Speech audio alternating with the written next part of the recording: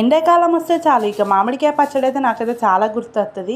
ఇందాక అయితే నేనైతే సుమా గారి వీడియో చూశాను. తన ఇంట్లో అయితే మామిడికాయ పచ్చడి పెట్టి అయితే ఇంకా అందరైతే ఇట్లా గిన్నెలు వేసుకొని కలుపుకొని తింటుంటే వస్తు వేరే ఉన్నది లెవెల్. అయితే నాకైతే వాళ్ళని చూస్తుంటే తినాలనిపించింది, నోరు ఊరిపోయింది అనమాట. అలా అని చూస్తుంటే ఇక్కడైతే నేనైతే లాస్ట్ ఇయర్ అయితే ఇంకా అంతకుముందు చిన్నోడు కడుపులో ఉన్నప్పుడు అయితే ప్రెగ్నెంట్తో ఉన్నాను కదా. ఇక అలా అని చెప్పి నాకు పక్కనే కల్పన అని చెప్పేసి అయితే తను ఇంకా చాలా క్లోజ్ అనమాట, ఫ్రెండ్.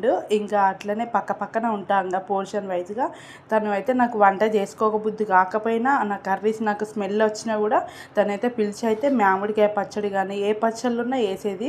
కాకపోతే వాళ్ళ పిన్ని పెట్టిన పచ్చడి మాత్రం నాకు చాలా నచ్చింది అన్నింటికంటే. ఎందుకంటే అంత టేస్టీగా ఉంది, అంత రుచిగా పెట్టింది తను అయితే, చాలా బాగుంది.